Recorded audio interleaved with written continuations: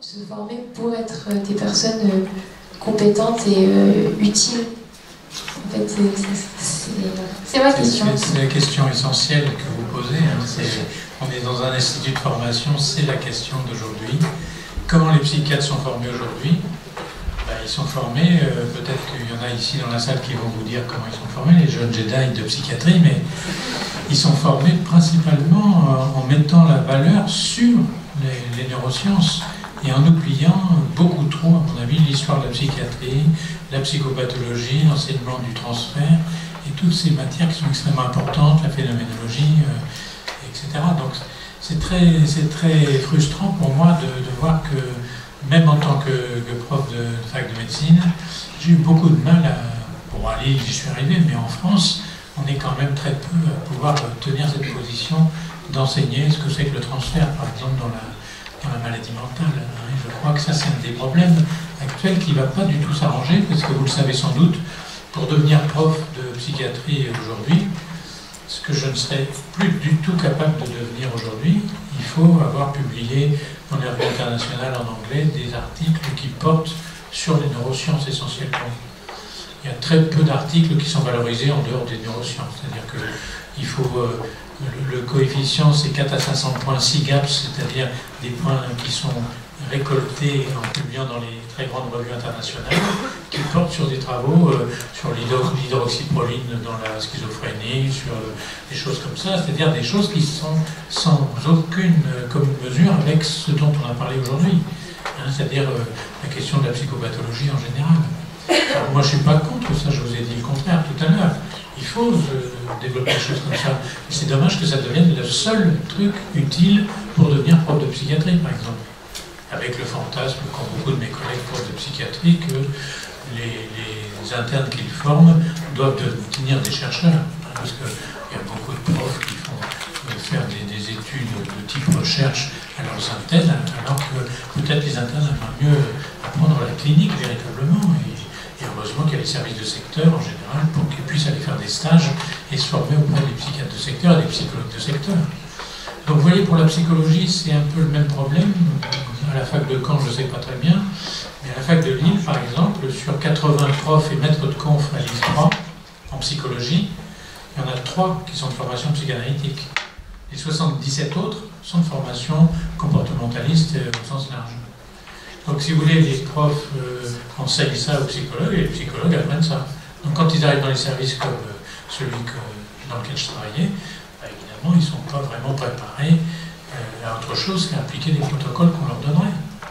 C'est très, très regrettable parce que je vous ai dit ce soir, et Patrick et Pascal, on vous a dit complètement l'inverse.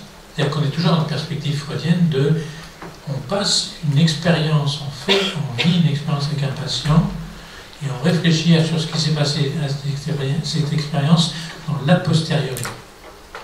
C'est ce qui spécifie, à mon sens, la psychothérapie, la thérapeutique en psychiatrie. Ce qu'on apprend aujourd'hui dans les facs, c'est l'inverse, c'est une technique pédagogique. Les pédagogues le savent bien, ils préparent leurs cours le matin ou la veille pour leurs enfants, leurs élèves, leurs étudiants. Ils vont leur apprendre un certain nombre de choses sur lesquelles ils vont les évaluer après coup. Est-ce qu'ils ont appris ou pas? Mais on voit bien que aujourd'hui, la psychiatrie a pris le pli d'aller plutôt dans ce sens-là, c'est-à-dire on va faire des choses protocolisées avec les patients et on va évaluer après coup est-ce que ça a été efficace pour qu'ils rejoignent la norme. Mais c'est pas ça la psychiatrie. La psychiatrie, c'est accueillir des gens souvent qui sont hors normes et essayer de faire en sorte qu'ils souffrent le moins possible. L'objet de notre travail, c'est pas de remettre le sujet dans la norme. C'est d'essayer de faire que le sujet, avec ses singularités, puisse vivre la vie qu'il doit vivre avec ces singularités qui le font le moins souffrir possible. Alors vous voyez bien, là on est dans une logique de l'a priori et pas de la posteriori. Et je pense que toutes ces techniques comportementales au sens large, elles sont intéressantes, je ne suis pas contre, je vous ai dit le contraire aussi tout à l'heure, elles sont à mettre à leur niveau dans les prises en charge des enfants autistes, mais c'est des logiques d'éducation et de rééducation. Ce ne sont pas des logiques thérapeutiques. Et là, on voit bien qu'il y a une sorte de grand, on pourrait dire, fourre-tout, dans lequel on met tout ça ensemble en disant tout est de la thérapeutique. Mais en faisant ça, on s'épargne la réflexion sur comment de la pédagogie peut être complémentaire de la thérapeutique. Alors que le problème actuel, c'est plutôt comment remplacer les thérapeutiques de type freudien, a posteriori, par des soi-disant thérapeutiques qui sont des éducations ou des pédagogies. Comment remplacer les anciens trucs freudiens par ça. Et on voit bien qu'on ne répond pas aux mêmes choses. Et moi, ma position, c'est de dire, c'est complémentaire. Il faut, dans certains cas, qu'il y ait du pédagogique, de l'éducatif, du thérapeutique, et il faut qu'on réfléchisse aux articulations entre ces différentes choses-là. Donc vous voyez que la connaissance que vous revendiquez pour pouvoir être prêt dans la situation clinique dans laquelle vous arrivez, en fait, vous allez arriver avec un statut et vous allez commencer à prendre votre métier à partir du moment où vous avez des expériences avec les patients que vous prétendez soigner. Et si dans l'endroit où vous le faites, vous êtes suffisamment bien accueilli pour pouvoir étudier ces différentes dimensions, vous choisirez le champ dans lequel votre talent est le plus évident. Il me semble que c'est comme ça qu'on devrait envisager nos formations professionnelles.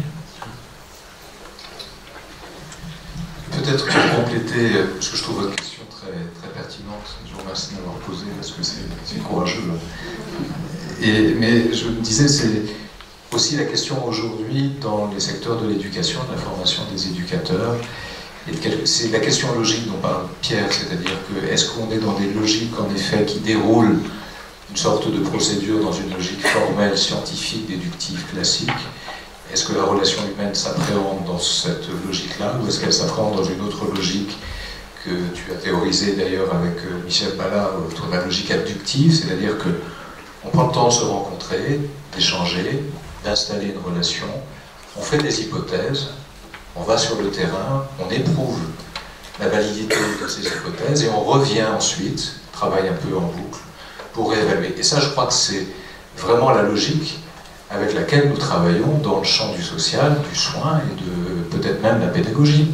C'est-à-dire qu'on ne pose pas comme ça dans quelque chose qui doit situer l'autre dans un attendu de résultat, alors que même on ne s'est pas encore rencontré. Et c'est vrai que je pense qu'il n'y a que l'expérience, la rencontre, l'avancée telle qu'elle a été évoquée là vers le patient, l'accueil, Henri parlait d'accueil inconditionnel, il doit y avoir un accueil inconditionnel face à toute personne qui se présente devant nous, et à partir de là, que l'on pose des hypothèses, qu'on les mette au travail, et qu'ensuite on les réévalue et qu'on ajuste. Vous savez bien, Toscaïès défendait le droit de se tromper, le droit même à la connerie, comme il disait. C'est-à-dire que c'était important, on a le droit de se tromper. Oui. Donc voilà, je crois que c'est tout à fait important que vous envisagiez votre profession dans ce mouvement-là, et pas dans quelque chose qui doit être aussi terriblement angoissant. Penser des choses comme ça, comme performant avant même d'avoir commencé à éprouver les choses. Alors, Thierry. J'avais envie de rebondir un peu là-dessus, parce que je trouve que c'est vraiment une question importante. Comment on devient psychiatre, comment on devient psychologue, comment on devient éducateur, comment on devient un homme, comment on devient une femme, enfin quelque chose de cet ordre-là. Je suis thérapeute d'adolescents en fait, et de leur famille, comme je dis tout. Plus exactement, je me sens thérapeute d'adolescence. Cette adolescence, c'est la mutation du lien social qui vient se mettre entre des parents et un jeune. À partir du moment où un jeune est capable lui-même d'avoir des enfants, et il le fait bien comprendre à ses parents. Et c'est à ce moment-là quand même que quelque chose se joue d'un changement de rapport entre deux générations. Et après, plus tard, vous aurez le deuxième changement qui est celui où on va commencer à s'occuper de ses parents, parce qu'ils vieillissent, parce qu'ils oublient les clés, parce que... Et enfin, tout à coup, c'est la question du devenir.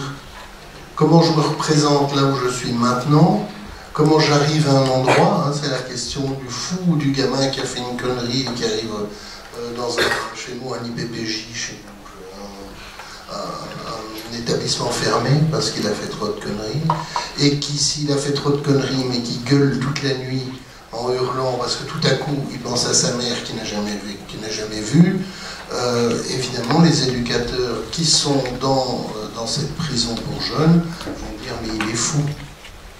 Et puis quand il va arriver dans l'hôpital psychiatrique où on va essayer de le recevoir un peu quand même, il va commencer à faire le connard, il va vendre du shit aux gamins qui sont aux jeunes presque psychotiques, qui sont là aux jeunes psychotiques, j'aime bien dire aux jeunes psychotiques, mais pas spécialement schizophrènes. Et donc on va dire, mais c'est pas possible, ce gars-là, il est pas fou, il est délinquant. Et ainsi, on va se renvoyer la balle si on essaye de préciser à l'avance, a priori, comme le dit très bien Pierre de Lyon, ce qu'on doit faire. Il faut le prendre avec ces différentes phases-là, et il faut peut-être nous prendre, nous, comme soignants, avec nos différentes phases aussi. Parce qu'on les traverse aussi, comme soignants. J'étais hier à une assemblée générale, c'est la période des assemblées générales, d'une assoce, et c'était une assoce qui s'occupait de...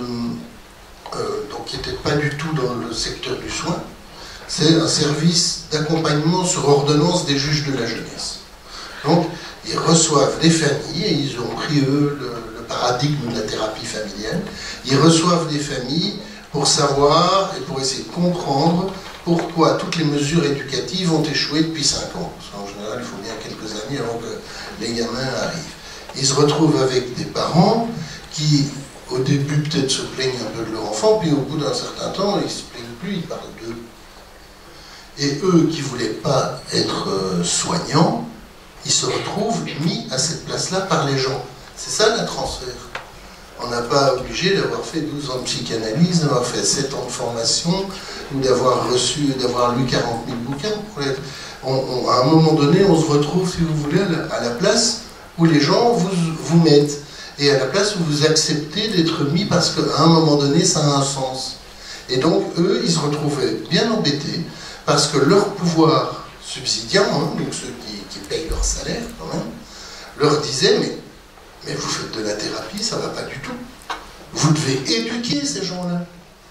Mais comment peut-on éduquer des parents qui ont envie tout à coup de parler de ce qu'ils n'ont pas eu dans leur existence, des embarras dans lesquels ils se trouvent, et qui éclairent de manière remarquable ce qui se passait pour leurs gamins.